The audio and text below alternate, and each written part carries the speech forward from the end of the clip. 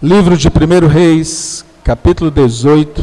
Se você está sentado muito aí atrás, quiser vir aqui para frente agora, tem algumas cadeiras vagas aqui. Aleluia, glória a Jesus. 1 Reis, capítulo 18, nós vamos ler a partir do verso 41. 1 Reis 18, 41 ao 46. Então disse Elias a Acabe: sobe, come e bebe, porque já se ouve ruído de abundante chuva. Subiu Acabe a comer e a beber. Elias, porém, subiu ao cimo do Carmelo e, encurvado para a terra, meteu o rosto entre os joelhos e disse ao seu moço: sobe e olha para o lado do mar. Ele subiu, olhou e disse: não há nada. Então lhe disse Elias: volta. E ele por 7 vezes fez isso. A 7ª vez disse: eis que se levanta do mar uma nuvem pequena, como a palma da mão do homem. Então disse ele: sobe e dize a Acabe: aparelha o teu carro e desce, para que a chuva não te detenha. Dentro em pouco, os céus se enegreceram com nuvens e vento, e caiu grande chuva. Acabe subiu ao monte e foi para Jezreel. A mão do Senhor veio sobre Elias, o qual cingiu os lombos e correu adiante de Acabe até a entrada de Jezreel. Pai, mais uma vez nós suplicamos a intervenção do Teu Espírito aqui, ó Deus. Abra os olhos do nosso coração, ó Deus. Aviva, ó Deus, os olhos da fé aqui neste momento, ó Deus, para a glória do Teu nome. Não permita que ninguém saia da forma com que entrou deste lugar, ó Deus, mas que saiamos daqui, ó Deus, dispostos a o que quer que seja para fazermos para Ti. Saiamos daqui dispostos, ó Deus, a cumprir o ide que o Senhor nos pediu aos confins da terra para a glória do Teu nome. Pai amado, nós entregamos cada mente cativa a Ti aqui, confiados no poder e na graça de Jesus. Amém. Amém. Abundantes chuvas. É dias de abundantes chuvas. Estamos vivendo os dias de abundantes chuvas. Grandes oportunidades, amados. Grandes expectativas. Grandes coisas há de fazer o Senhor por nós. Eu fico impressionado de ver a bondade e a misericórdia de Deus. Nós servimos um Deus grande, de coisas grandes. Agora, nossa fé é baseada no tamanho do Deus em que eu creio. Ele é o Senhor Todo-Poderoso, ilimitado, Criador dos céus e da terra. Mas Ele pode ser limitado pela minha visão, pela visão que eu tenho dEle. Ele pode ser limitado pela minha fé, pelo quanto que eu creio que Ele é poderoso. Ele per si, Ele em si mesmo, é o Deus Todo-Poderoso, Criador de todas as coisas. Por isto, nós devemos perceber as abundantes chuvas que estão para vir. Precisamos estar sensíveis para ver as grandes coisas que Ele quer fazer por nós. Precisamos estar sensíveis para detectarmos o caminho que Ele quer que nós trilhemos. E não ficarmos como que perdidos em meio a grandes bênçãos, mas aproveitando poucos. Aproveitando apenas da superfície, quando Ele quer que nós mergulhemos nos mares que Ele tem para nós. Abundantes chuvas. Deus tem abundantes chuvas de bênção para a sua família. Profetize sobre a sua família. Deus tem abundantes chuvas sobre os seus negócios, sobre a sua casa, sobre o seu ministério. Cada um aqui tem um ministério perante Deus. E Ele está dizendo: olha, abundantes chuvas estão para vir. E sabe o que acontece? Muitas vezes ficamos como que perdidos, limitados, olhando para as dificuldades, olhando para a nossa própria limitação. Mas nós devemos olhar para aquele que está nos chamando, para olhar para abundantes chuvas que Ele tem para nós. Quando Deus chamou os seus discípulos, Ele não escolheu homens super capacitados, super dotados. Ele não escolheu pessoas extremamente capacitadas e eram tops da sociedade daquela época. Muito pelo contrário. Ele escolheu entre homens simples como eu e você. mas através de uma entrega total aos pés do Senhor Jesus, através de uma vida de dedicação para o Senhor que os tinham chamado, eles puderam evangelizar o mundo da época, transformando aquele mundo em um mundo conhecedor de Jesus Cristo. E Deus tem feito as mesmas coisas conosco. Ele está nos chamando para percebermos abundantes chuvas que estão para vir e estão diante de nós.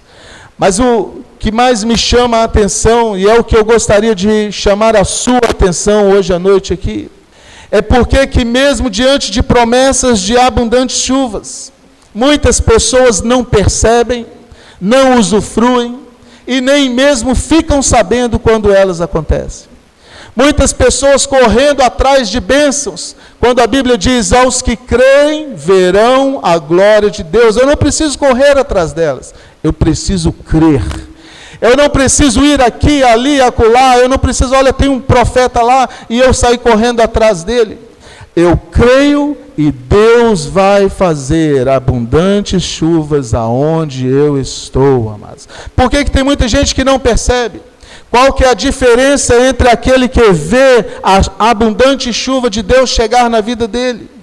Qual é a diferença entre o homem que está vivendo uma vida plena diante de Deus, uma vida satisfatória, uma vida motivada, um ministério abençoado, um ministério olhando para os horizontes, alargando cada vez mais as tendas, enquanto tem outros que ficam sempre olhando para as dificuldades, braços cruzados, cabisbaixos, olhando para as suas limitações. Qual é a diferença? Estavam no mesmo lugar, ali estavam em Israel. Israel estava passando um momento de uma seca muito grande. Todos estavam vivendo a seca, inclusive o profeta. O rei tinha falta de água, o profeta tinha falta de água. Por que um está prevendo e está olhando e está enxergando abundantes chuvas, quando o outro está olhando só as dificuldades e cabisbaixo indo para o abismo? Qual é a diferença? Aonde está a diferença daqueles que desfrutam uma vida satisfatória, uma vida plena diante de Deus? Quando muitos, é melhor nem evangelizar, porque quando falam de Jesus, mais desanimam os outros do que animam. Quando vão falar de Jesus, fala de um Jesus que é difícil servir, um Jesus que é desanimador, que é frustrado. Fala de um ministério como se fosse um peso muito grande nas suas costas. Fala de uma vida com Deus como se fosse uma renúncia quase que impossível de ser vista. Eu não creio num Deus assim, amados. Como o Emerson mesmo falou, olha só as palavras do Senhor, né? Eu já não tenho vos chamado servos, mas eu tenho chamado vocês de amigos.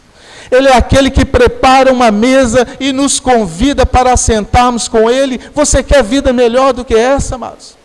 É renúncia, sim, passamos pela cruz, sim, mas isso não é um peso muito grande, muito pelo contrário.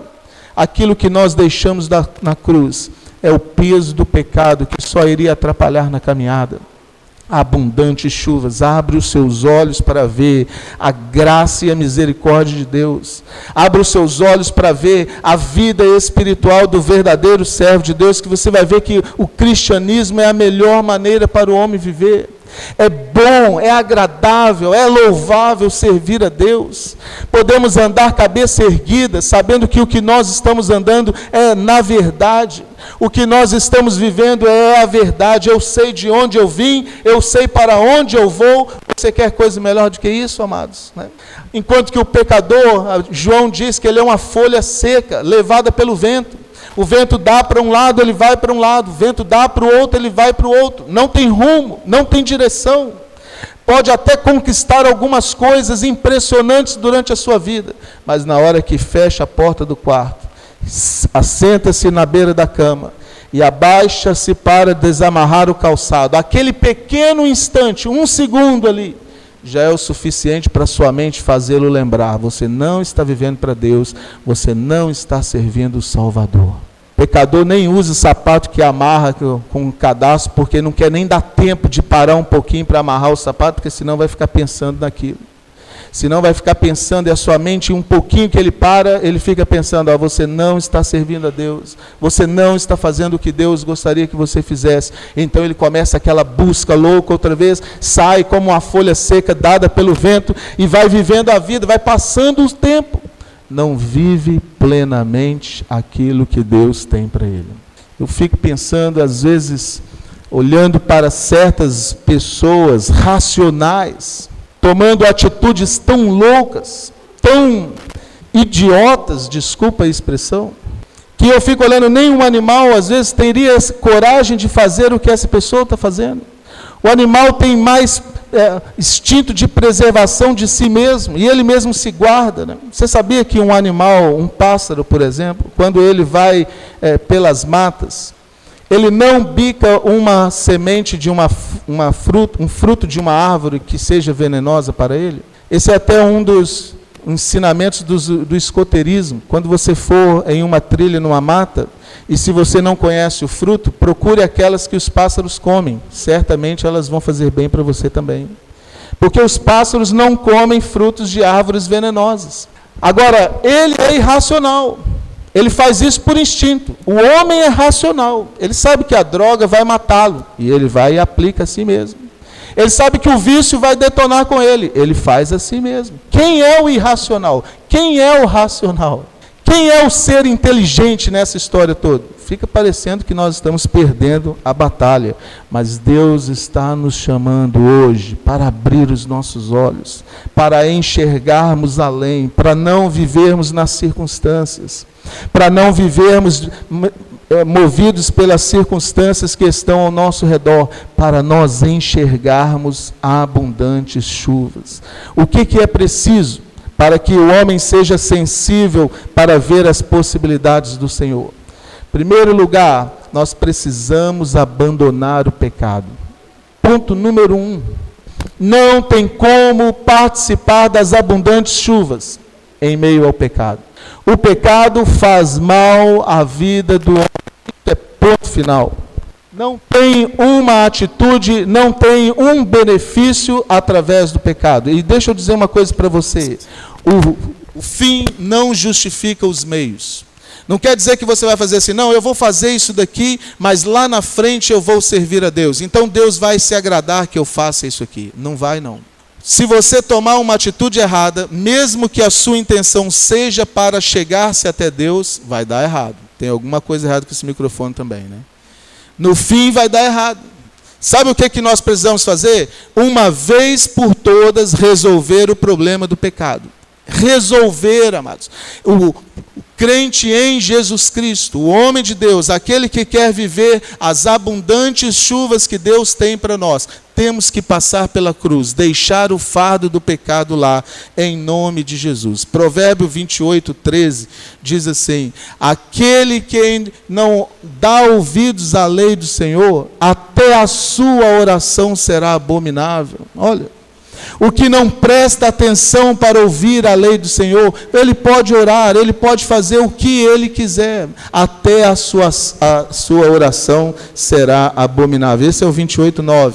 O 28:13 diz assim: quem encobre os seus ouvidos de ouvir a lei do Senhor, jamais prosperará. Mas o que as confessa e deixa, alcançará misericórdia. Aleluia.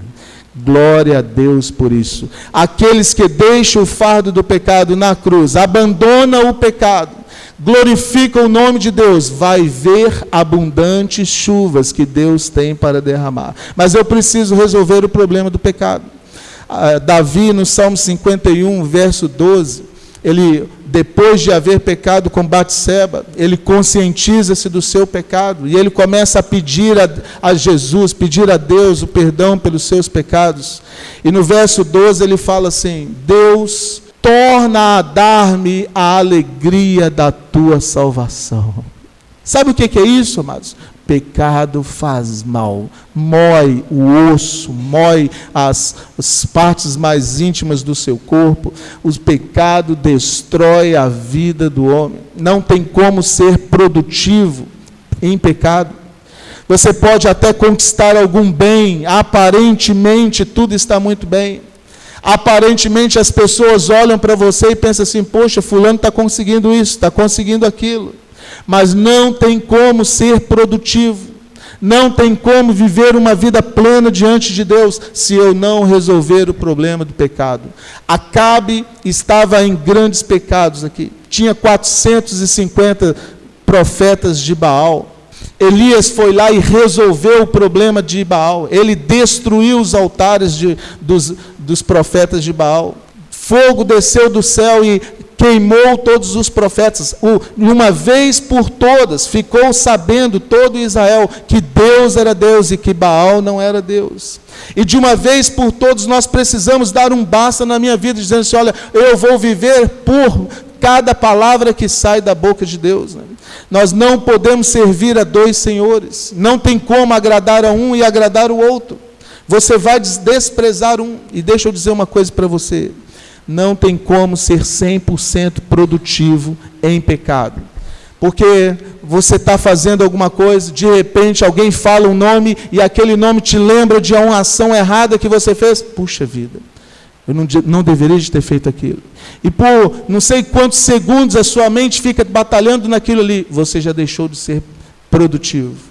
Espírito de repente, falta de perdão começa a vir dentro do seu coração. E ao invés de pensar em coisas que Deus realmente tem para você, ao invés de profetizar bênçãos sobre o seu irmão, o pecado está sempre relembrando das coisas ruins, impedindo que você seja produtivo. Não tem como experimentar abundantes chuvas em pecado. Não tem como.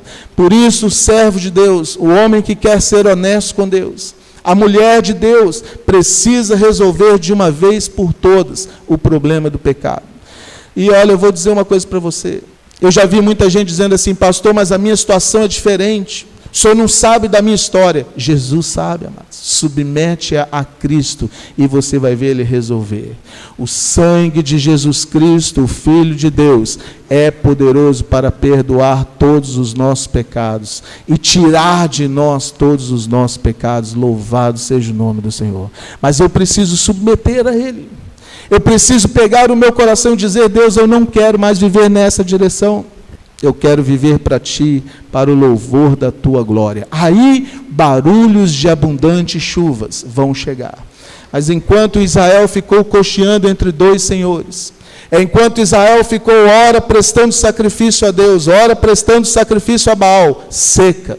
Ora prestando culto a Deus, ora prestando culto a Baal, uma seca que quase os levou à morte. Não havia alimento em Israel e todos estavam em tremenda angústia.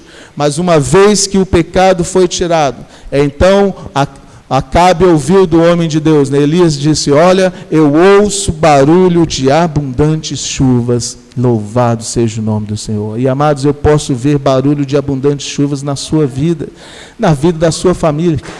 Depende exclusivamente de você.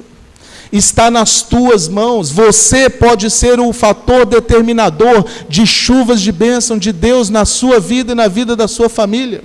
Mas também pode ser o fator determinador de secas longas na vida da sua família. Então escolha hoje, de uma vez por todas, a resolver o problema do pecado.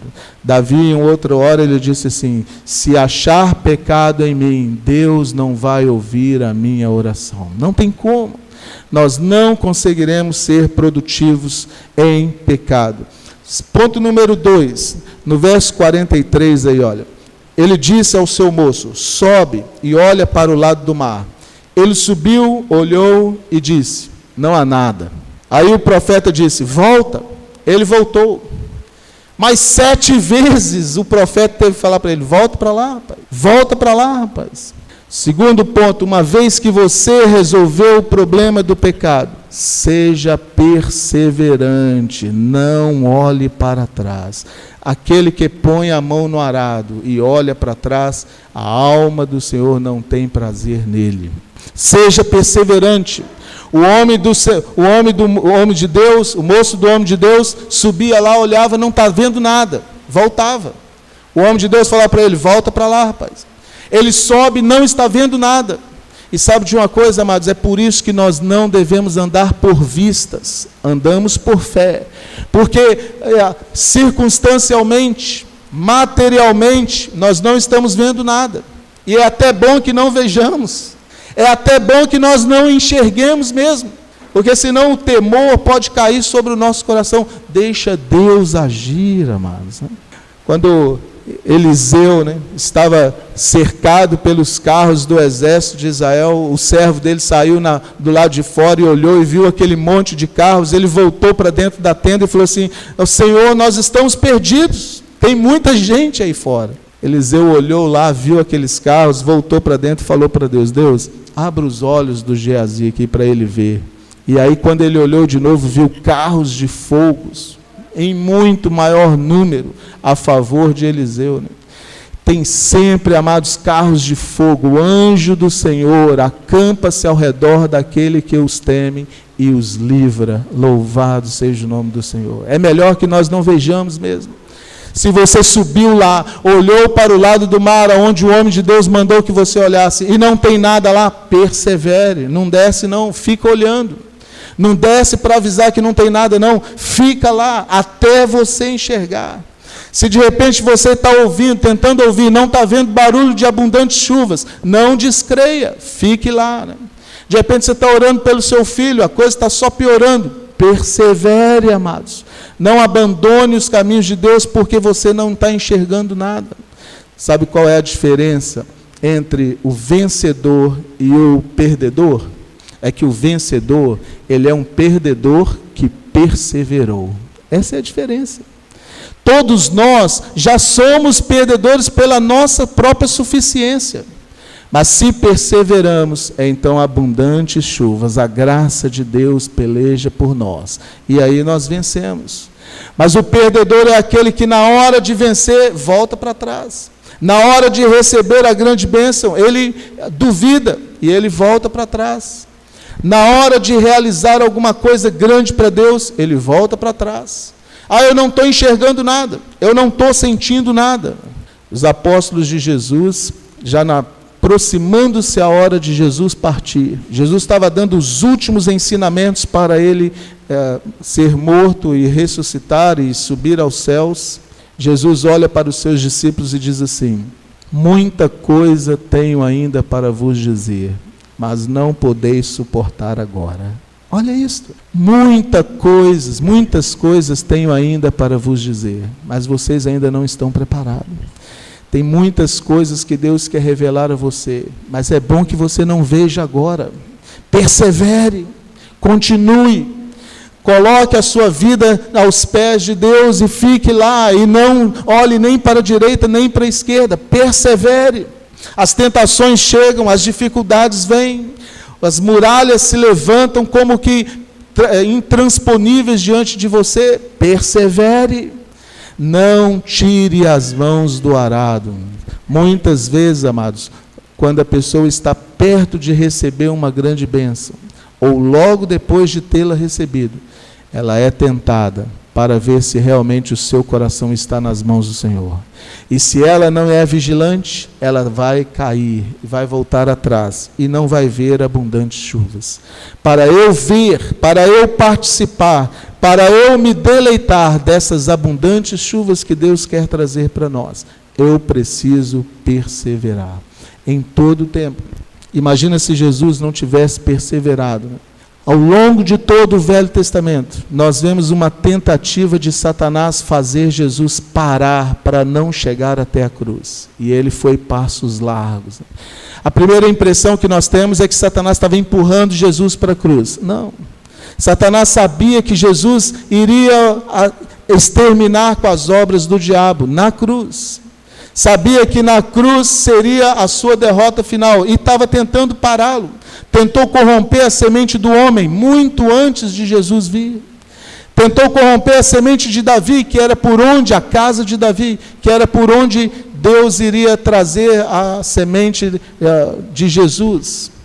E Deus sempre falando para o povo: eu ainda tenho 7.000 joelhos que não se dobraram a Baal. Deus sempre protegendo um povo, sempre guardando um povo perseverante para a glória de Deus, usando às vezes homens que não eram nada, usando pessoas que não tinham mínimas condições de fazer alguma coisa para Deus, mas Deus usou, como Ruth, como Esther, como tantos outros, preservando a semente da árvore da vida.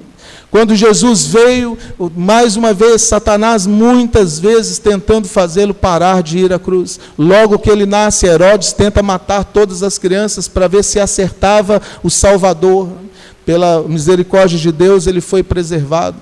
Ao longo da sua vida, várias vezes ele foi tentado, foi colocado à beira de abismos, apedrejado, tentativa de ser apedrejado. Deus preservou a vida dele, perseverante. Quando vai aproximando a hora dele partir, Jesus vira para os seus discípulos e fala assim: olha, minha alma está angustiada até a morte. E o que eu hei de dizer? Pai, livra-me desta hora? Não, para esta hora eu vim. Aleluia. Um homem determinado, um homem focado, um homem que sabia para o que veio e o que estava para acontecer. Para esta hora eu vim. Não foge das dificuldades que estão diante de você, não, amados.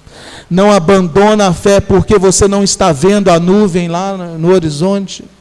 Não abandone a fé porque ainda não ouviu o ruído de muitas chuvas. Deus tem grandes bênçãos para aqueles que perseverarem. No livro de Apocalipse fala, no capítulo 7, verso 9, eu acho, diz assim, 2:7, aquele que perseverar até o fim, receberá a coroa da vitória. Aleluia. Temos que perseverar. Aí, uma vez abandonado o pecado, uma vez suprindo todos esses problemas que nós vimos, com perseverança, uma vez que eu resisto na fé, perseverante no nome de Jesus, tem mais uma coisa que pode impedir-nos de ver as abundantes chuvas, e eu preciso tomar cuidado, que está aqui no verso 44. A 7ª vez disse: eis que se levanta do mar uma nuvem pequena, como a palma da mão do homem. Então disse ele: sobe e dize a Acabe, aparelha o teu carro e desce, para que a chuva não te detenha. Nós precisamos estar preparados. Você está preparado para o que Deus quer fazer na sua vida? Você está apto para receber aquilo que Deus quer fazer na sua vida? Você já tem capacidade de receber de Deus aquilo que Ele quer usar a sua vida para fazer? Aparelha o teu carro, meu amado, te prepare. Não fique esperando Deus derramar uma bênção sobre você para você tomar uma atitude. Tome uma atitude agora, né? Não fique esperando o calor da lareira aumentar para você colocar a lenha. Coloque a lenha agora. Não fique esperando a água jorrar da fonte para você começar a bombear a bomba. Você bombeia primeiro, a água vai vir. Prepara-te, olha para o seu redor, olha para aquilo que você está fazendo. Te prepare para a abundante chuva. Quando o servo do homem de Deus olhou viu uma nuvem pequenininha. Geralmente a pessoa olha para um pequeno sinal de Deus. Não, esse daí ainda não é o sinal, não. Deixa quieto. Ainda vai demorar muito, ainda está muito prematuro. O Elias virou para ele e falou assim: olha, manda Acabe correr, preparar o carro e correr, senão a chuva vai atrapalhar a ida dele. Quando Deus vai derramar a bênção, é rápido, você já tem que estar preparado. Tem muita gente que fica esperando a bênção de Deus chegar para poder se preparar. Não faz isso não. Prepara-te, olha para aquilo que você quer fazer, olha para onde Deus quer levar você e trilhe aquele caminho. Olhe para onde Deus quer usar você na sua família e comece a falar, comece a profetizar, comece a demonstrar que realmente a palavra de Deus vai fazer efeito naquele lugar. Vamos abrir aí Marcos capítulo 4:40. Evangelho de Marcos, capítulo 4. Olha só esse episódio aqui. Os discípulos estavam pelejando com uma tempestade, e eles eram homens experimentados. Eles eram homens de muito tempo trabalhando no mar. Vamos começar do verso 35. Olha. Naquele dia, já sendo tarde, disse-lhe Jesus: passemos para outra margem. E eles, despedindo a multidão, o levaram assim como estava, no barco, e outros barcos o seguiam. Ora, levantou-se grande temporal de vento, e as ondas se arremessavam contra o barco, de modo que o mesmo já estava a encher-se de água. Jesus estava na polpa, dormindo sobre um travesseiro. Eles o despertaram e lhe disseram: Mestre, não te importa que pereçamos? E ele, despertando, repreendeu o vento e disse ao mar: acalma-te, emudece. O vento se aquietou e fez-se grande bonança. Então lhes disse: por que sois assim tímidos? Como é que não tendes fé? Ah, meu amado, prepara-te, não seja tímido. Não fique olhando para as circunstâncias ao seu redor e achando que não é com você que Deus quer agir. Não seja tímido, seja firme. Levanta a cabeça, olha para o que Deus pode fazer através de você nas circunstâncias que você está enfrentando. Não fique esperando um anjo vir do céu para desembanhar uma espada flamejante e resolver o problema para você, não. Age. Quando Moisés estava diante do Mar Vermelho, uma multidão chegando até ali, uma multidão parada, na frente o mar, atrás um exército enorme dos servos de Faraó. Uma situação difícil, o povo murmurando, Moisés em grande aperto. Moisés vira para aquela multidão e fala assim: olha, israelitas, vocês hoje vão ver um milagre que vocês nunca viram. Este exército que vocês estão vendo aí, vocês nunca mais verão. E imediatamente Moisés vira-se, entra na sua tenda, cai de joelho e ora a Deus. Fala assim: Deus, o que eu vou fazer? Eu profetizei, mas o que eu vou fazer? E Deus vira para Moisés e fala assim: Moisés, por que você está clamando a mim? Dize ao povo de Israel que marchem.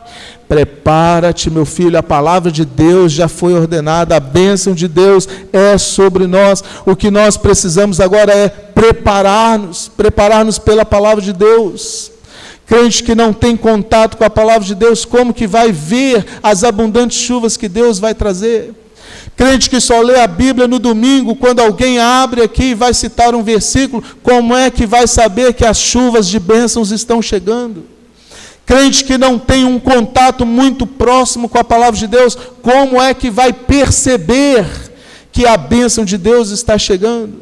Quando Jesus chegou lá na Palestina, vestido humildemente, vindo de uma família pobre, aquelas pessoas que achavam que tinham um conhecimento muito grande da Bíblia, não reconheceram Jesus como Salvador. Será que se Jesus apresentasse hoje para a sua vida, pessoalmente, pelo aquilo que você conhece da Bíblia, será que seria suficiente para identificar o Salvador? Porque aquela imagem que eles fazem daquele homem de barbas longas, cabelos despenteados, aquilo ninguém acredita realmente que aquilo ali é a realidade, né? Ninguém aqui é tão ingênuo a esse ponto. Jesus não tem aquela imagem, a imagem de Jesus é a imagem que a Bíblia traz para nós, amados. E eu preciso estar muito próximo deste livro aqui, para eu perceber Jesus chegando à minha vida. Abundantes chuvas. Você está preparado? Aquilo que você conhece da Bíblia, que você conhece de Deus, é suficiente para Deus derramar abundantes chuvas na sua vida? Ou quando você vir aquela tempestade, quando você vir aquela abundante chuva, vai falar como os discípulos lá: por que nós não podemos receber essa bênção? Por que sois tão tímidos? Por que não se preparam? Por que não separam tempo diariamente para ter um contato com a palavra de Deus? Para ouvir diretamente do Espírito de Deus, de que lado que vai vir esta abundante chuva. Não tem como, amados, participar das bênçãos de Deus sem a palavra de Deus. Impossível. não tem como participar das bênçãos que Deus quer trazer sobre nós. O homem que não tem contato com a palavra de Deus, ele está limitando o poder de Deus na vida dele. Ele não vai conhecer todas as faces que Deus pode e quer agir na sua vida. Por isso, o conselho aqui nessa noite: prepara-te, abre a palavra de Deus, né? Prepara-te em oração, consagre a sua vida em oração a Deus. Separa um tempo para você falar para Deus, mas para você ouvir de Deus aquilo que está no seu coração. Separa um tempo para você meditar na palavra de Deus diariamente. Um tempo para entrar em secreto, fechar a porta em secreto e ouvir em secreto aquilo que Ele quer comunicar ao seu coração. São tempos de abundantes chuvas. O que nós vemos no horizonte é apenas uma nuvem do tamanho de uma mão, mas aquilo que nós percebemos pela fé em oração, grandes coisas há de fazer o Senhor por nós. Por isso nós estamos alegres. Ore pela tua família. Quando você vê o problema chegando, de repente dificuldades, de repente você não sabe nem como resolver, precisamos da palavra de Deus. Pais que não profetizam a palavra de Deus sobre o filho, como é que vai querer bênçãos do filho? Pais que não profetizam bênçãos de Deus sobre o seu lar, como é que vai esperar? Isso não acontece automático, amados. Isso não acontece como uma varinha de condão. Nós vamos chegar em casa e vamos falar: Deus, o meu lar a partir de hoje está abençoado e tudo vai se transformar. Não. Eu preciso preparar o meu lar, dar lugar à palavra de Deus para entrar no meu lar, dar lugar à minha casa para serem ouvidas orações a Deus constantemente, diariamente, abençoando os filhos, abençoando os vizinhos, abençoando os familiares, louvando a Deus em todo o tempo. Sabe o que acontece aí? Abundantes chuvas. Mas o que Jesus falou para os discípulos? Por que sois tão tímidos? Será que você está preparado para ver abundantes chuvas na sua vida?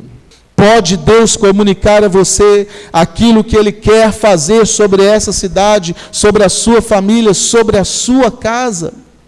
Há abundantes chuvas, né? Porque eu já ouço barulho de abundantes chuvas. Nós precisamos erguer os nossos olhos, erguer os olhos da fé, olhar para a nossa casa, não para enxergar as circunstâncias difíceis, mas para enxergar a bênção que Deus quer fazer através de você, no meio da sua família.